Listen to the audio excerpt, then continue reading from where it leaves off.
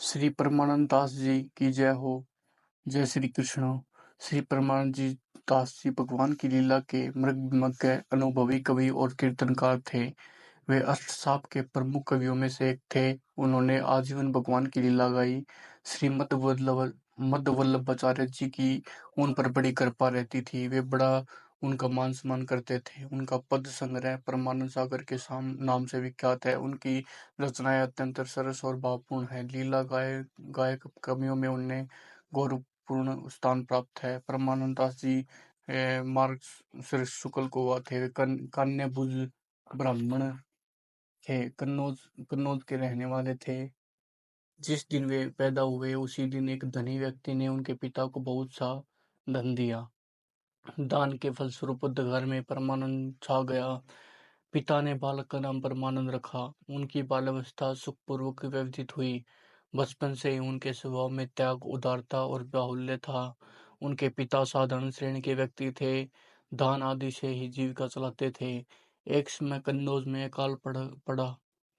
हाकिम ने दंड रूप से उनके पिता का सारा धन छीन लिया। वे कंगाल हो गए। परमानंद पूर्ण रूप से युवा हो चुके थे। अभी तक उनका विवाह नहीं हुआ था। पिता को सदा उनके विवाह की चिंता बनी रहती थी और परमानंद उनसे क्या करते थे कि आप मेरे विवाह की चिंता न करें, मुझे विवाह नहीं करना है।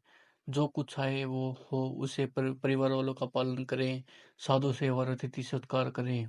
पर पिता को तो द्रव्योपार्जन की धुन सवार थी।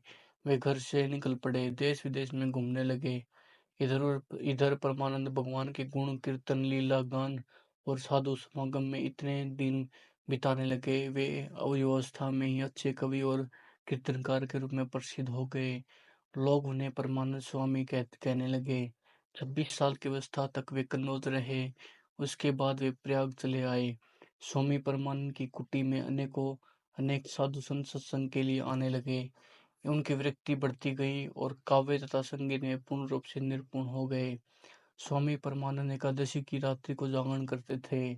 भगवान की लीलाओं का कीर्तन करते थे। प्रयाग में भगवती कालिंदी के तट पर दिग्विजय महाप्रभु वल्लभाचार्य का अड़ैल में निवास स्थान था। महाप्रभु का जलघरीय कपूर परमानंद स्वामी के जागरण उत्सव में सम्मिलित हुआ करता था। एक दिन एकादशी की रात को स्वामी परमानंद कीर्तन कर रहे थे। कपूर चल पड़ा। यमुना में नाव नहीं थी, वह तैरकर इस पार आ गया। परमानंद स्वामी ने देखा कि उसकी गोद में एक श्याम वर्ण का शिशु बैठा है। उसके सिर पर मयूर पिच का मुकुट है। नयन कमल के समान प्रफुल्लित हैं। अधरों पर अमृत की ज्योत्सना लहरा रही थी। गले में वनमाला है। पीताम्बर में उनका शरीर अत्यंत मनमोहक सा लग रहा है।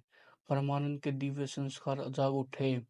उन्हें पूर्ण विचार हो गया कि भक्त की माधुर्यमयी गोद में भगवान श्याम सुंदर ही उनका कीर्तन सुन रहे हैं। उत्सव समाप्त हो गया। सपन में उन्हें श्री वल्लभाचार्य के दर्शन की प्रेरणा मिली। वे दूसरे दिन उनसे मिलने के लिए चल पड़े। मिलने पर आचार्य प्रवरक ने उनसे भगवान का यश वर्णन करने को कहा। परमानंद जी ने विरह का पद गाया। उन्होंने आचार्य को बाल लीला के अनेक पद सुनाए। आचार्य ने ब्रह्म संबंध दिया। परमानंद स्वामी से दास बन गए। महाप्रभु जी के साथ व्रज गए। उन्होंने इस यात्रा में आचार्य को अपने पूर्ण निवास स्थान कन्नौज में ठहराया था। आचार्य उनके मुख से हरि तेरी लीला की शुद्धि आवेश पद सुनकर 3 दिनों तक मूर्छित रहे। वे आचार्य प्रवरक के साथ सर्वप्रथम गोकुल आए। कुछ दिन रहकर वे उन्हीं के साथ वहां से गोवर्धन चले आए। वे सदा के लिए गोवर्धन में ही रह गए। सुरभि कुंड पर श्याम श्याम तालाब वृक्ष के नीचे उन्होंने अपना स्थायी निवास स्थिर किया। वे नित्य श्रीनाथ जी का दर्शन करने जाते थे। कभी कभी नवीनतम प्रिय के दर्शन करने के लिए गोकुल भी जाया करते थे। गोसाई विठलनाथ जी ने उनको अष्टसाप में सम्मिलित कर लिया। वे उच्च कोटि के कवि और भक्त थे। भगवान की लीला गाने में उन्हें बड़ा रस मिलता था। एक बार विठलनाथ जी के साथ जन्माष्टमी में वे गोकुल आए। नवीनतम प्रिय के सामने उन्होंने पद गान किया। वे पद गाते गाते सुध बुध भूल जाए गए। ताल स्वर का उन्हें कुछ भी पता नहीं लगा। उन्हीं अवस्था में गोवर्धन लाए गए। मूर्छा समाप्त होने पर अपनी कुटी में आए। उन्होंने बोलना छोड़ दिया।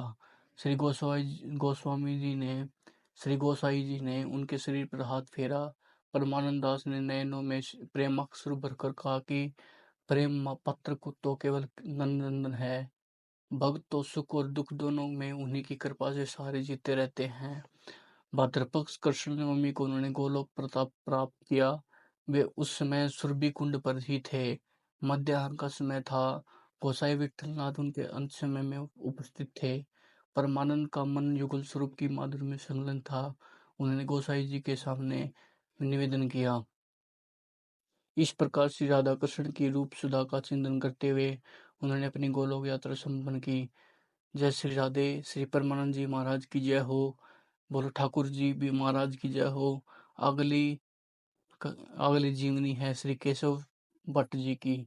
हरे कृष्णा।